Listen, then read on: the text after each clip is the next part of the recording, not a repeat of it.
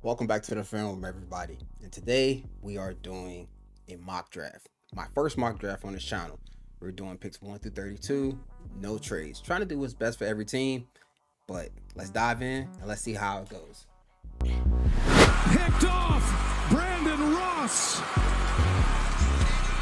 Second All pick right, of the day. first up, first pick. I think this is the most consensus pick because the Raiders need a quarterback badly, and he's the best quarterback available. Fernando Mendoza.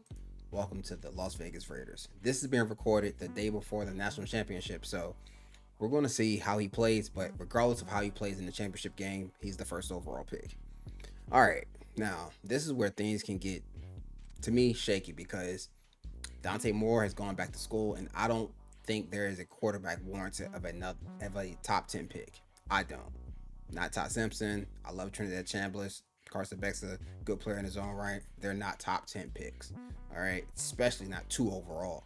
So, with that being said, oh man, this is tough because the Jets need a lot of help. They need a lot of help. And me personally, I say you build on defense first. You talk about a team who didn't have not one interception. I'm going to go get Caleb Downs. Go get a guy who can make plays on the ball, can play deep, can play in the box, can play in the slot. There's not too much he can't do physically when you're talking about playing DB. Now, the Arizona Cardinals are in a similar predicament because they need a quarterback. They're going to get rid of Kyler, and they're going to have a voided quarterback. They might sign a guy, Malik Willis, Mac Jones, one of those type of guys in the offseason. But for now, we don't know who their quarterback is going to be. I just know it won't be Kyler. That being said, they have to do something similar to the Jets and probably just take the best player. Just go help your team get better. And I think you have to go help them on defense again. You got to be able to stop people. Arvell Reese, he's staring you right there in the face. You're talking about a guy who can rush the passer, he can play stack. My only concern is his role. Like he's going to have one role and excel at it. Because if not, he's going to fall into the Zaven Collins category in terms of a man without a home, and by the time they find a home, it's probably be too late. So, but we're going to take Arvell Reese right here. Jeremiah Love is tempting, but the O line isn't that good. Quarterback play, again, we don't know who the quarterback's going to be. We don't know who the head coach is going to be. Defensively, you go get big, tall, fast playmaker. 6'4", 243. Don't overcomplicate this one. Go get Arvell Reese, Arizona. Now, this is where I'm going to struggle because receiver, running back, I, this is what I'm thinking right now. I'm taking one of those positions. I just don't know which one.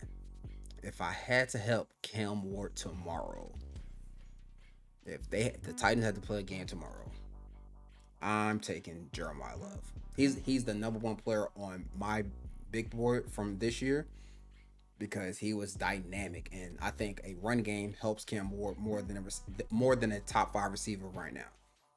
You can argue with me in the comments, but I'm telling you what I know. Run games help every quarterback. When you don't have one and you stress the quarterback out, they don't play well. Run games help quarterbacks, especially young quarterbacks. But with that being said, now Giants on the clock. They have Harbaugh. Harbaugh traditionally, uh, he's not a guy who's been picking in the top five. So this would be an interesting draft for them. But I think they go Jordan Tyson. You take the receiver, pair him up with Malik Neighbors, Jackson Dart. Those guys come back healthy with Cam Scatterboo. Probably add another running back. Granted, Tyrone Tracy played well in his own right, so you have a young offense that would have the chance to grow together, like young high draft picks. Now, Cleveland Browns, they need so much, but right here at 6, with Carnell Tate just sitting right here on the board, I don't think you pass him up. I think he's a really good player, great ball skills, deceptive speed, good route runner. He has the best hands in the draft class. I'll put that up against anybody. He has the best hands.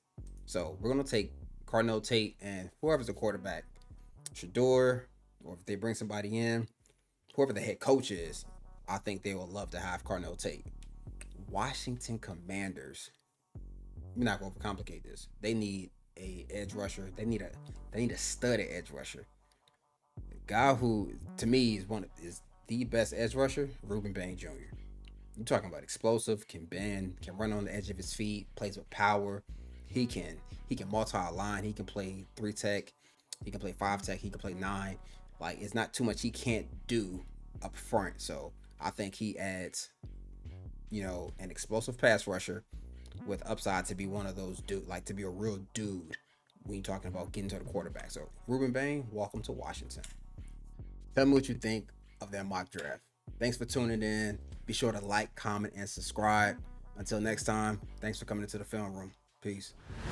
Hey, it's me, Brandon Ross. Be sure to check out my YouTube channel.